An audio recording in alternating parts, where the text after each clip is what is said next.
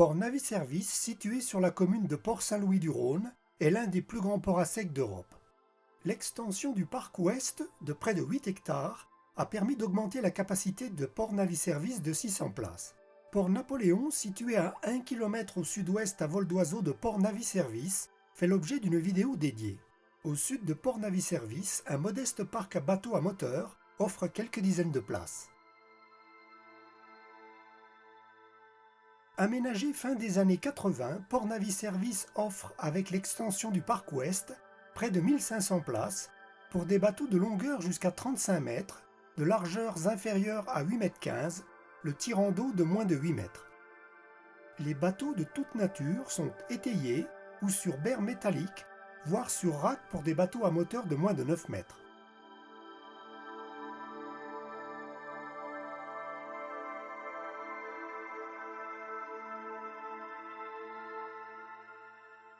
Port Naviservice est situé sur la rive sud du canal Saint-Louis, à 0,8 milles, soit 1,5 km de son entrée à l'est, et à 1,5 milles, soit 2,5 km à l'est du port de plaisance de Port-Saint-Louis-du-Rhône.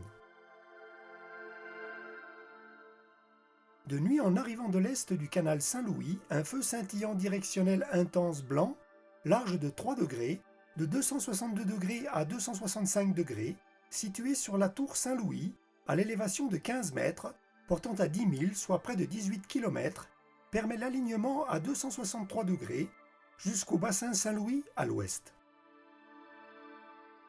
À Port Naviservice et Port Napoléon, on trouvera tous les prestataires de services nécessaires à la préparation, l'entretien ou la réparation des bateaux. Un quai d'une centaine de mètres accueille les navires au départ et à l'arrivée pour une durée limitée en théorie à 24 heures. Les bateaux sont exposés en permanence aux vagues d'étrave des navires de fort tonnage ou des bateaux de pêche qui évoluent à pleine vitesse, par battage obligatoire et gare au mât pour les navires à couple.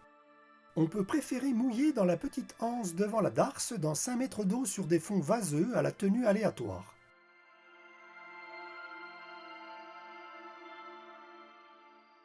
Une rampe large de 10 mètres aux 13 mètres utiles permet la mise à l'eau des multicoques.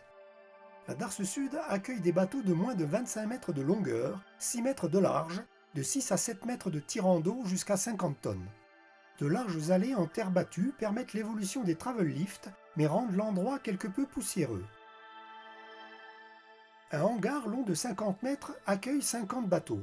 Au sous-sol, on y trouve un parking couvert, des boxes et des garages, à l'entresol quelques entreprises, et dans la partie nord une cabine de peinture de 25 mètres par 6 mètres. La capitainerie se situe à gauche de l'entrée routière, les sanitaires sont à l'extrémité nord du même bâtiment. Entre les deux, on trouve un restaurant qui ouvre puis ferme au gré des saisons et des difficultés économiques des locataires.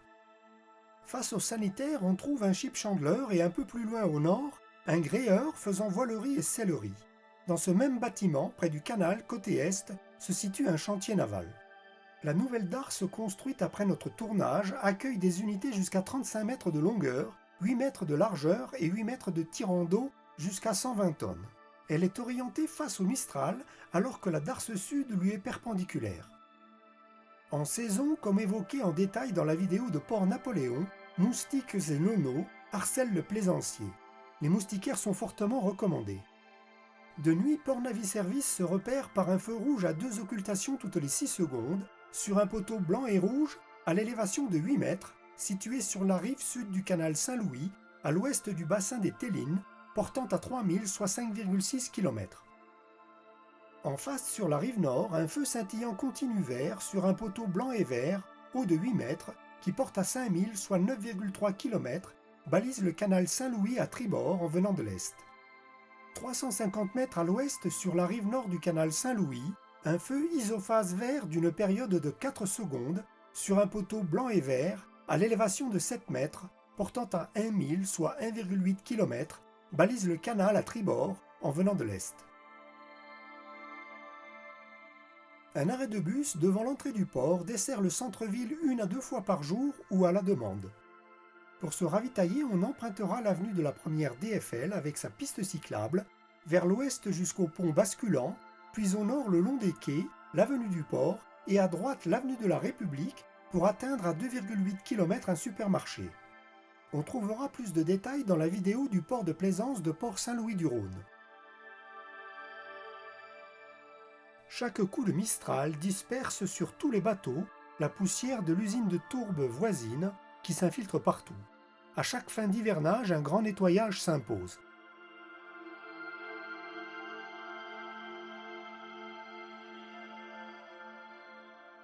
Régulièrement, on entendra pendant 1 ou 2 jours, inclus la nuit, le bruit du chargement des vraquiers au quai du bassin des Télines.